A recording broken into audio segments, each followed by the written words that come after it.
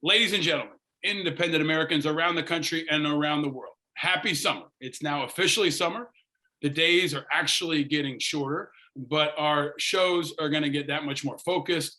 This is a moment for America and for the world. We want to continue to bring you important, inspiring, and/or iconic guests. And today's guest is kind of a wild card. I think it's going to be a really fun conversation. It's an important conversation. I think it's going to be a dynamic conversation, but a guy I've wanted to get on the show for a long time. He is very much in the national discussion. Finally joining us on Independent Americans, the great and powerful Joe Walsh is here. Welcome, sir.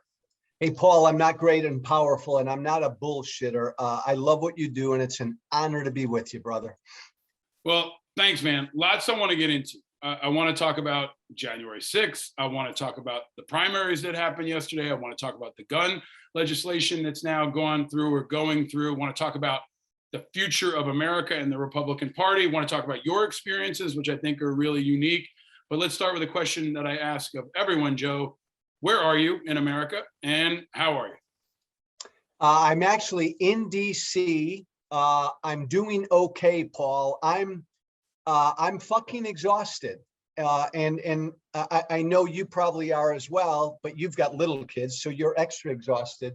Look, if you're into this fight, like I was thinking about this last night, Paul, if you really fucking believe in your head and your heart that our country is on the brink, on the precipice, if you believe that, and I do, and you pay attention every day and you're working to do something about it, I go to bed every night, Paul, just fucking exhausted.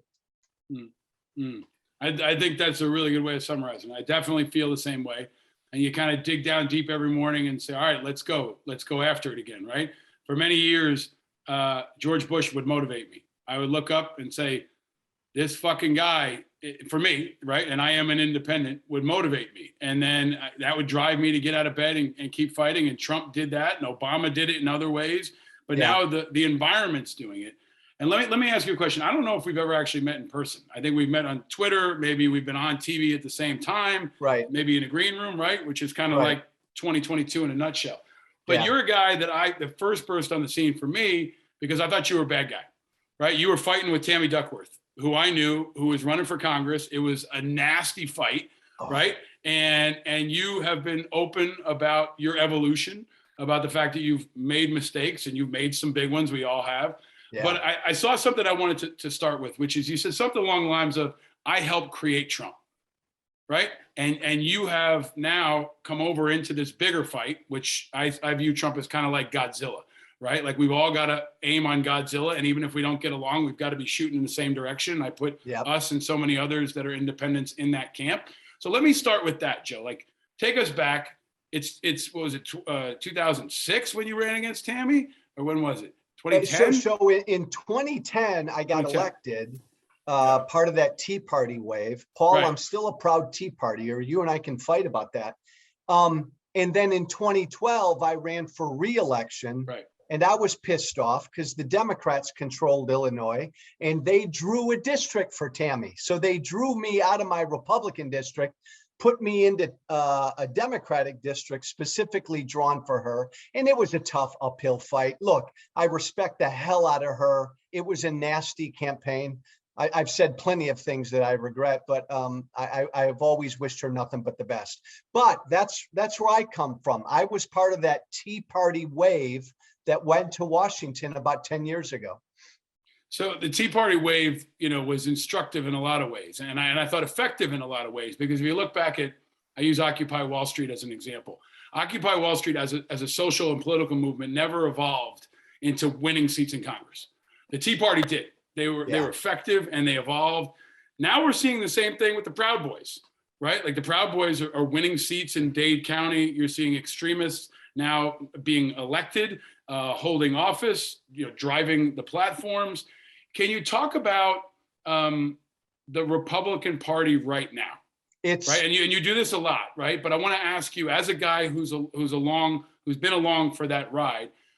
Explain in your view on the strategic, if it's a map, right, like a strategic landscape politically, what is this chess piece that is the Republican Party right now? So it's and I was on CNN yesterday morning, and this is what I said, and I've said it often.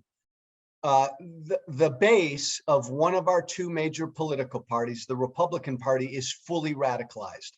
And by the way, Paul, when I say the base, I mean most Republican voters, the most committed voters, they're fully radicalized. What the fuck does that mean? That means they no longer believe in truth. They've given up on democracy. They want a strong man to rule, and they want their political opponents destroyed or killed. I say often that I helped create Trump. I helped to radicalize the base. I wish I'd recognized it more 10 years ago. I was part of the Tea Party. I was a leading voice in the Tea Party. To me, the Tea Party was always about the size of the debt and the size of government. That was a good strain of the Tea Party. There was an uglier strain to the Tea Party that I saw back then, but I didn't do enough about it. And now it's fully radicalized. Anybody who was around Tea Party events, who saw that movement happening, knew about these elements, right? You knew about the far right extremist elements that in many ways tried to cannibalize the Tea Party movement, and maybe they didn't have the energy, the timing, they didn't have Trump, right? There were a lot of differences in that landscape. But I go back to where we are now. I've called it the American insurgency. It for me is a radicalized group. It is an insurgency that seeks to violently overthrow our government and battle our duly elected government. Now, not everyone believes that, but there are elements like any other movement that are more extreme than others. So we're having this conversation when, Mo Brooks lost last night in Alabama. Eric Greitens has run this really radical ad, right? That is not a glitch, it's a strategy. Right? To say, I'm going to kill rhinos, right? For those who haven't seen the ad, Eric Greitens running in Missouri, former Navy SEAL, disgraced Navy SEALs, now running ads saying, here's a hunting license for rhinos. Code for go kill Republicans who are not extreme. So can you talk a little bit about what you think is the strategy to combat that? If they are extremists, if they are ISIS, right? Let's use a more recent comp. We can't kill our way out of terrorism, right? You have to deprogram people, you have to convert people. Some of them you have to defeat in the ballot box in other ways. But in your view, as kind of like an insider who's turned to the other side, how do we beat the guys who used to be on your team? Paul, I call myself often a reformed gangbanger because you're right. I come from that gang. I come from the mega gang. I don't think it's fringe anymore. Again, they now are the Republican Party. When I was in Congress 10 years ago, it used to be a fringe thing. I was thought of as the Tea Party guy. I was fringe. Now they dominate the party. What do? Well, because I come from that world, every day and week, I'm trying to convert them. Do I convert thousands every week? No, I convert a few every week. But generally, Paul, I think, and I'm going to keep doing that because that's my penance, because I helped to create this monster. But generally now it's about defeating them. We're not going to change most of them. Paul, most of them are middle-aged and older white people, man. They ain't fucking changing. They're not going to change, and they're going to die. So it's you know this because you give voice to this. It's the rest of America now should be just hell-bent on defeating them at the ballot box because we're not going to change most of them. So to that point, Joe, and I'm glad you bring it that way, right? Because there were hardcore Baathists who supported Saddam in Iraq who just needed to die. They would never change. They would never accept a new world order. You have to wait for them to get old and die away, and the natural evolution of things to change. But now we're seeing a lot of so-called moderates, right, being radicalized. A lot of independents are radicalized. A lot of young people are being radicalized. A lot of them look like us. Right? They're white guys who come from working class backgrounds or come from military backgrounds or are just pissed off. And, the fuck you to the man that used to be kind of a general feel is now being channeled in a dastardly way towards something that's anti-American. So I'm going to ask you to drill down on that even harder. I'm trying to pull people from the edge of extremism every day. And I'm trying to grow, an alternative, independent media, independent candidates, independent thinking. How do you beat them at the ballot box? Because I've talked at length about how the Democrats are failing, and I think they're failing terribly. I think a freight train is coming that's going to run them over in the fall. And we may be looking at many of these extremists on committee seats and in positions of authority in 6 to 8 months. So how do you think you operationalize beating them at the ballot box? Well, Paul, tell me if you agree with this. my thesis is there are more of us than them. Do you accept that? If the us is independence, The us is everybody who is not part of this radicalized group of people who dominate a political party. I think that is true. Yes. I think if you add up every fucking Democrat, every progressive, every independent, every principled conservative who's left the gang, there are more of us than them. So somehow the more of us, and I think this is impossible, need to all join forces to defeat them. That's easier. But how do we change hearts and minds? That's a tougher battle because, as you said, Paul, the Democrats suck, and the Democrats' messaging sucks. And right now, the Democrats are dominated by their left wing. Joe Biden's too old. If he runs again, you and I will probably step up and support him, but he's too old. Somehow there have to be independent voices separate from the Democratic Party who sound the clarion call these next few years, and independent of the Democratic Party go out on missions to change young hearts and minds. That's what you want to do. That's what I'm trying to do. I think that's an important point to build on, Joe, because there is not a national strategy for the rest of us, right? There's not a national strategy for unaffiliated and independents. We've talked a lot about it on this show. I think there's no banner. You need a technical game on the ground to change the rules and things like open primaries, right? You need viable candidates, like we've had Evan McMullen on this show and others who can win. You need a brand, which the Lincoln Project and others have tried to capture, right?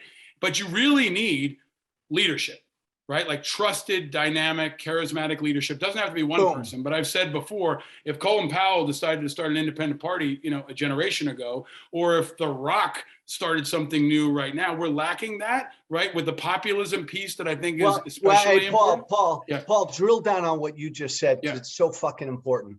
We live in a populist moment in American history. We've been here for a few years. It's why Trump got elected. It's why Bernie in 2016 was so popular. Populism, I get in fights with my conservative friends all the time who generally say populism is a bad thing. Fuck that. No, populism can be good or bad. These Republican populists like Trump and DeSantis are bad. But Paul, the Democratic populists are fucking missing in action. I can't find them. I don't know where they are. No, I think that's a really important point. You see an Andrew Yang, right, who captures some degree of populism, captures a bunch of other stuff, right, and then starts his own thing, which in my view is not really independent, unaffiliated. It's the Andrew Yang party. It's right? the Andrew Yang show, right? Which is for some people, maybe another piece on the chessboard here, but it's going to coalesce around the midterms. That's going to be a kind of a mutually assured destruction, right? And then we're going to evolve into what is likely to be a Trump versus Biden matchup, unless one of them dies or goes to jail, right? Then the question is the landscape in between. So we've had Adam Kinzinger on the show. He's dancing around it, but he probably will run as an independent. You ran against Trump for the GOP nomination. You were out pretty quickly. Will you run again? And if you run again, will you run as a Republican, or will you run as an independent, or something else? So I left the Republican Party about 2.5 years ago after my Mission Impossible primary challenge to Trump. The party's become a cult. I can't be a part of that. Will I run again? Possibly. Adam Kinzinger and I got elected together. Adam knows this. He can't say this right now.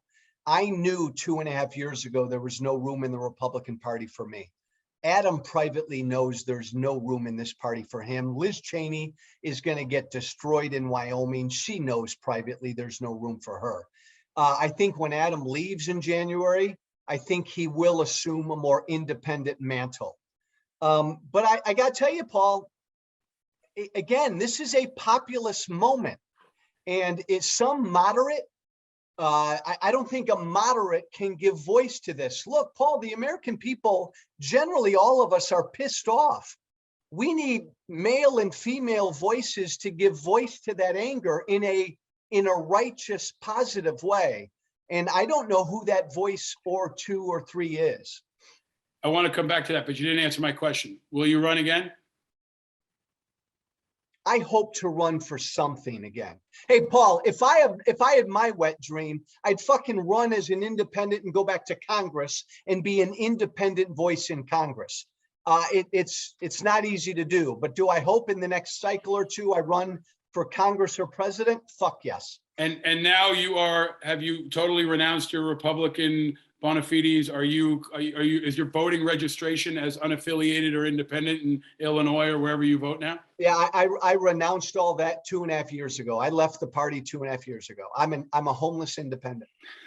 So as that goes forward, right? Like, let's assume that, my enemy's enemy is my friend, and there is this entire patchwork of independents that haven't been coalesced around. There's no Koch brothers for independence, right? And I've said Bloomberg could be that, other people could be that, public financing could be a part of that. There needs to be a way to create an environment where someone like you who wants to run as an independent can, right? And can be viable. In the meantime, is there anybody that you see, right? Let's assume Kinzinger and Liz Cheney, and maybe you, or maybe not, create, new Republican Party. Then you've got a new Republican Party that's more like what conservatives look like in England and other places, right? You've got the Democratic Party, which still could always fragment into the Joe Bidens and the AOCs. And then there's still the people in the middle, or that, not the people, the people who say none of the above. And we've tried to clarify this, right? It's not necessarily that they're in the middle. They just say, I don't want to pick any team, right? I want to be a jump ball.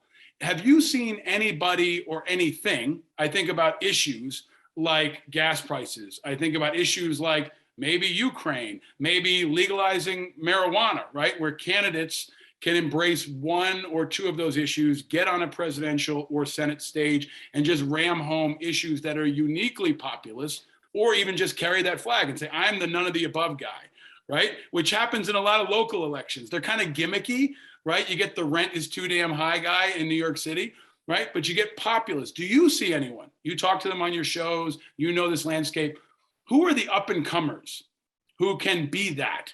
If Evan doesn't win, if Kinzinger doesn't run, who are the stars that can make that leap or can pop that banner? I'm using The Rock. I've said it over and over again because it could happen, right? Like Ronald Reagan became president. Donald Trump became president. It's possible, right? There's a world where the Schwarzeneggers in the past have run. Jesse Ventura. I'm talking about people like that. There are case studies for this. Who's the next one like that in your view? I love that you said The Rock, Paul. Look, Trump became president. So don't fucking tell me anybody can't. Right. I think I tend to be an adherent of the great man theory of history, great man or great woman, that a voice, a person channels the mood and helps to lead that. I think it's led by great men and great women. I think if you want it, Paul, in the next 2 to 4 years, there ain't nobody in my world of politics who's going to meet that. It's got to be somebody from outside the world of politics, like The Rock or somebody like that. The caveat to all this, Paul, the bind we're in is this. Because everything, look, if Trump wasn't in the picture right now, give me reform, give me ranked choice voting, open primaries, give me a third party, give me a fourth party, get rid of the fucking electoral college. Let's go, man. But we're at this moment, Paul, where Donald Trump is an existential threat to this country. So if he's on the ballot again in 24, do we, you and I, and everybody who thinks like you and I, do we suck it up for one more cycle to make sure that unfit, pathological liar psychopath is not reelected? He's a traitor, Paul. Do we all suck it up for one more cycle and support the Democrat? And then, knock down the barn door, let's bring the new movement forward, or don't we? That's something you and I got to wrestle with, my brother. Yeah. Well, I mean, I think the reality is that even if we do, I don't think we can help Biden win this time. Like that's the difference is like, one shot at Biden we can do it. Can we do it a second time? Can his health withstand it? Can the Democratic Party stay together? Because what we saw, I'm going to keep using this example. You get rid of Saddam, you get Muqtada al-Sadr. You get rid of Trump, there's DeSantis, there's a whole new crop of people that are waiting to assume the mantle of what is, hold on, Joe, let me finish, because I want to get to something. There's a social movement behind it that also has to be dealt with, dismantled, imprisoned for the folks who deserve it, right? I don't think we'll ever get true international respect unless Trump is doing a perp walk in handcuffs. That may never happen, but I think that's what our democracy requires to show accountability. But there are people out there that I think are close. And let me give you an example. Jon Stewart. Jon Stewart is not going to be loved by conservatives. He's not going to be loved by moderates, but I'm just giving you an example, right? If you throw 10 people out there like Jon Stewart, can Jon Stewart beat Kirsten Gillibrand? Can Jon Stewart become governor of New York? Jon Stewart could do a lot of things, right? And I think that's where I'm looking, because Jon Stewart just got a veterans bill passed. That's $300 billion, right? 5 or 6 times the disputed amount for Ukraine, $300 billion. All of us vets groups worked very hard. The X factor was Jon Stewart. The Jon Stewart shame machine was that magic. And the other example is Zelensky. Like, Zelensky is a global phenomenon, and he is what I think the future looks like. So I'm looking for those folks, right? Who's the Zelensky? By the way, Paul, I totally agree with you. We are on the doorstep. Look, we are living in the onset of what I have called the Third American Revolution.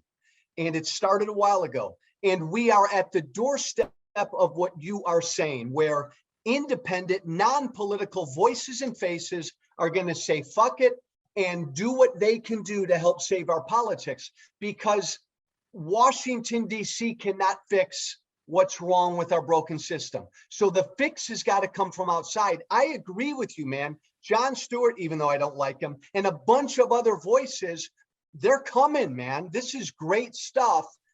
I think and you raised a really interesting point that I kind of hadn't thought of. I consider Trump to be a very unique threat. I consider DeSantis to be an ugly nationalist and a bad populist, and Josh Hawley and Cruz and all the rest of them. But I don't put them on the same level of a Trump. Yeah. But yeah. Do you? No, I think there's a unique magic to Trump, right? The dastardly magic. I call him President Evil. Mayhem all the time. But that doesn't mean that there's not enough to run it after he's gone, right? I talked to Admiral Stavridis about Ukraine and Putin's calculus right now. Yes, he can lose tons of bodies. He can lose tons of equipment, but he's basically got a higher pain threshold. And he's waiting out for the potentially Trump to win, the Republicans to take power, the overall support in the West to dry up. He's playing that long game. There are plenty of people who say, yeah, maybe we won't get the presidency, but we can still hold the Senate. We can still squash moderates. We can still drive this. We can still win the Supreme Court, right? They may not have as much magic as Trump had, but they can still further their agenda, which is, in my view, focused and well organized and well funded and well motivated. So I think you got to look at it as an evolution.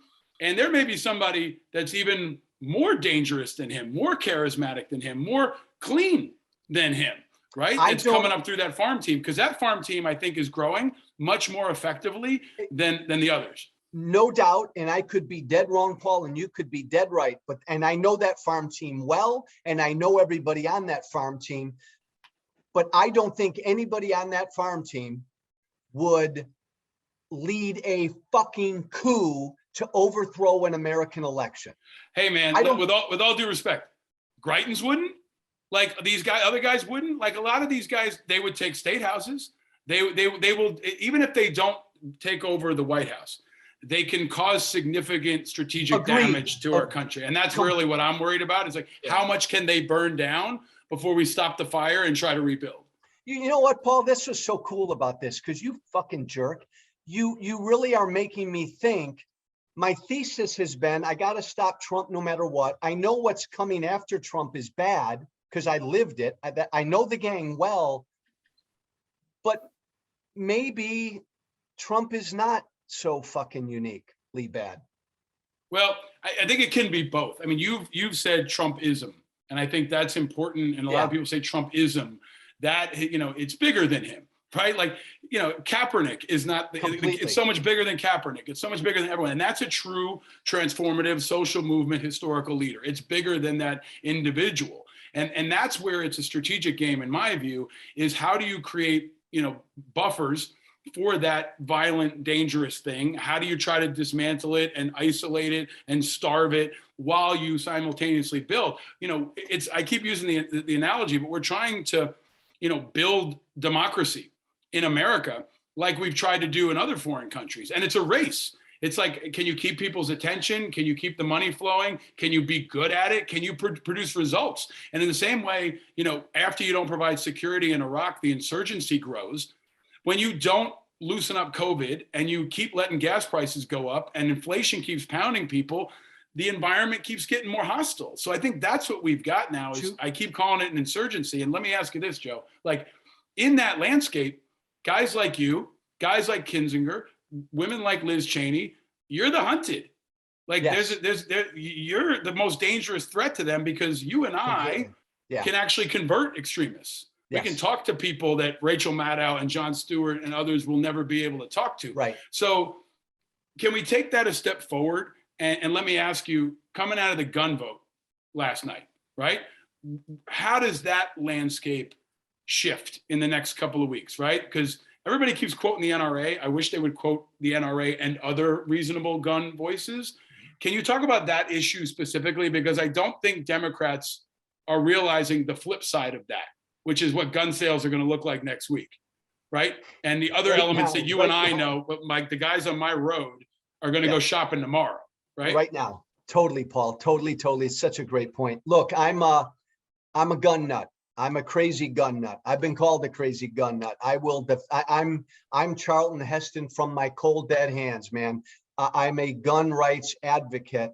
But we, responsible gun owners, Paul, like me, have fucking had it for a while with the NRA, and we support these reasonable steps. And I think you're going to see more and more reasonable, responsible gun owners come out and do it. We're at a real earth-shattering moment when it comes to gun rights and gun reform in this country. And I think the NRA is in real trouble. And I think responsible gun owners, by the way, Paul, are going to organize in these next few years to help take out the NRA. But you said something really important a couple minutes ago, and I don't want to get off it. Your antenna is right. We are at the precipice of a new movement, a new moment in American politics.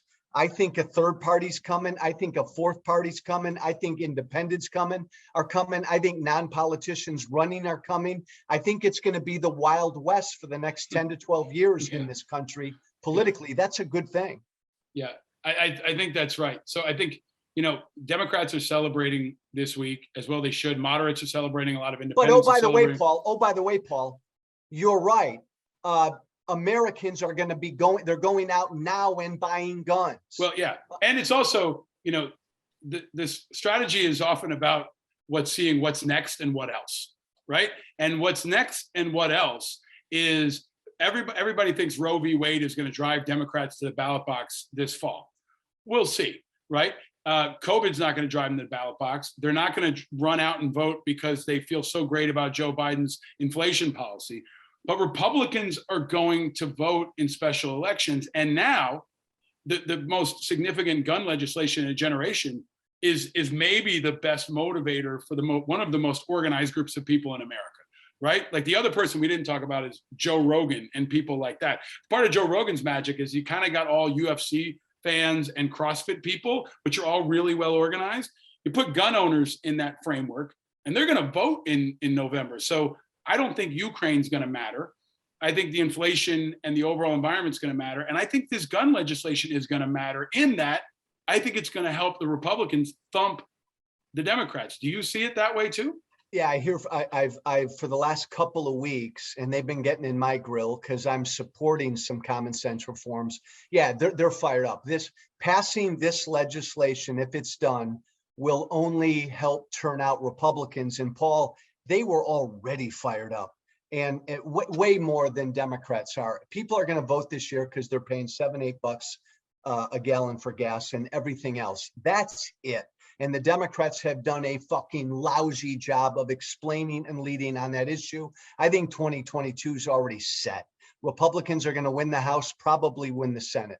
And Democrats got to understand, and they don't, Paul, this is a long game. And I wish when Biden first got elected, I wish he had been sharp enough and tough enough to pull every Democrat into the White House and say, this is a long game. We're in this for the long fight. Here's what we have to do the next 2 years. Because think about this, Paul, if you're a Democrat, Biden got basic infrastructure passed, and he may get decent gun legislation passed. Those should be victories, but they haven't been presented as such. Yeah, well, in part because he's not a great communicator right now, right? And I met the man, I like the man, I respect the man. I've criticized the hell out of him when he's failed, especially on things like Afghanistan. I think that the populist piece that some, especially Democrats, don't appreciate is there's a question of his competence now. Can he make things work, whether it's Afghanistan or gas prices or COVID? Can he be reasonable and effective? And I think that's where he's lost a lot of moderates, and they may hold their nose and still vote for him again. But that landscape is shifting so quickly that it feels like the system can't keep up with it. And what I really want to know, in your opinion, Joe, is so let's say they win the House, they win the Senate. You know what they're going to do? They're going to impeach Biden. And they're going to jam them up for 2 years. And we're going to have political gridlock where budgets don't get passed and things don't get done. And we could literally have like firefights at state capitals on a regular basis. So can you talk about, you're the gangbanger, right? The ex-gangbanger. What does the worst case scenario look like if the gangbangers are in charge? Well, forget about Washington, because I actually, Paul, don't think that Republicans will move to impeach Biden right away. I think they're saying that to energize their rabid base. Sure. I think they'll jam Biden up nationally. As an ex-gangbanger, my gang fucking scares the death out of me at the state level. I envision a world next January where we've got 22 or 23 Marjorie Taylor Greenes, who are secretaries of state all over the country, in charge of the vote in 24. And we've got Republican state legislators all over the country fucking up with the vote in 24. Democrats have really fucked up bad for a long time because the fight has been state and local. Republicans have recognized that for a long time. Democrats look to Washington, and they have, to do everything. They've fallen asleep at this, and we're in a lot of trouble. We're going to be in a lot of trouble in these state legislatures. Joe, I think that's a really important point, because I've tried to say this. I said this on the show, and I should say, none of what I said about the reaction that the extreme right will have to the gun laws means we shouldn't do it. We should definitely do it, right? I think this legislation is beyond overdue and obvious, right? It doesn't go far enough, in my view, as a guy who's pretty familiar with weapons and have lived around them my entire life.